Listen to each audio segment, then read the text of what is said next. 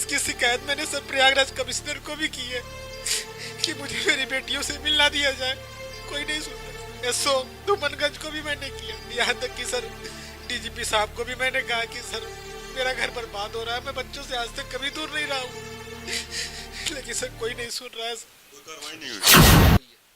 अब ये दहेज उत्पीड़न का कैसे आरोप है? ये इन्होंने आरोप लगाया है कि 30 लाख रुपए लेके आई थी और फॉर्च्यूनर गाड़ी मांग रहे हैं सर यही आरोप लगाया थाने में सर। दुख की बात तो यही है सर कि फॉर्च्यूनर गाड़ी 2010 में ही शायद लागू हुई थी कि नहीं हुई थी, लेकिन उन्होंने उसमें लिखा है, लिखित शिकायत दिया है कि अपने पद के हिसाब से वो सर और सर यही ज्योति मौर्य हमारी पत्नी जी 2015 में सिलेक्शन हुआ है, तो प्रतियोगिता दर्पण में सर इन्होंने लिखित रूप से दिया है कि मेरे पति आलोक कुमार मौर्य और मेरे ससुर राम मुरारी मौर्य की वजह से ही आज मैं इतने बड़े पद को प्राप्त की हूँ।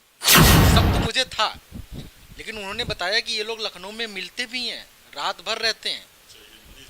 हाँ, तो सर मेरे आंखों से सर मतलब आंसू गिरने लगे और फिर मैंने अपने पत्नी से पूछा क्या ऐसी सही बात है, मैं तो आप पे बहुत भरोसा करता था। तो उन्होंने कहा नहीं आपको शक है, कोई प्रूफ हो तो ला के दीजिए। सर मेरा शक बढ़ता गया। ये 21 दिसंबर को घर से निकली लखनऊ के लिए कि मीटिंग है, फिर भी सर मैं भी इनको बिना बताए इनके पीछे पीछे लखनऊ आया और मैंने सर अपने आंखों से देखा ये लोग विभूति खंड स्थित मैरियार्ड होटल में रात भर रुकते हैं और जिसकी बुकिंग मनीष करता है। किसके आईडी से बुकिंग था? ये सर बुकिंग मनीष के आईडी से। और लोग रहते हैं वहाँ रात भर, सुबह निकलते हैं, 5,000 का बिल जमा करते हैं। सुबह मैंने वहाँ सामने खड़ा हो गया मैं ज्योति के, हमने कहा आप ये क्या कर रही हैं, ये आदमी, मैं अनजान बोला कि ये कौन है, तो उन्होंने कहा ये मनीष है जिससे मैं बहुत प्यार करती हूँ।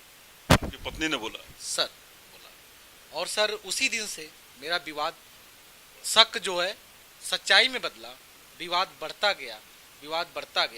फिर विवाद आज यहाँ तक पहुँच गया है कि मेरी पत्नी ये बार बार मुझे कहती हैं कि मुझे स्वेच्छा से तलाक दे दो, वरना मैं कोर्ट जाऊंगी, कोर्ट से तलाक लूंगी, उसमें भी नहीं दोगे तो मैं तुम्हारे ऊपर 376 अन्य गंभीर धाराएं लगा कर तुम्हारे पूरे परिवार को बर्बाद कर दूंगी, जेल भेज दूंगी, तलाक तुमसे लेके रहूंगी। आपकी पत्नी का दिया?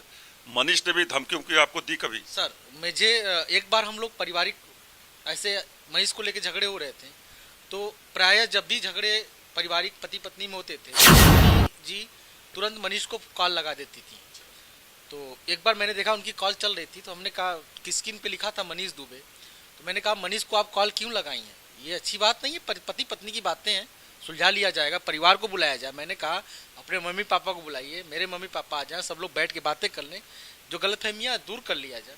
तो उन्होंने कहा नहीं मनीष मेरा सब कुछ है, मैं उसको सुनाऊंगी और आपको जो करना हो वो कर लीजिए। उसी समय मनीष दुबे ने मुझे फ़ोन पे कहा कि ज्योति को तलाक दे दो, क्योंकि मैंने ज्योति की वजह से ही अपने पत्नी को भी तलाक दे रहा हूँ। ज्योति जी तुरंत मनीष को कॉल लगा देती थी।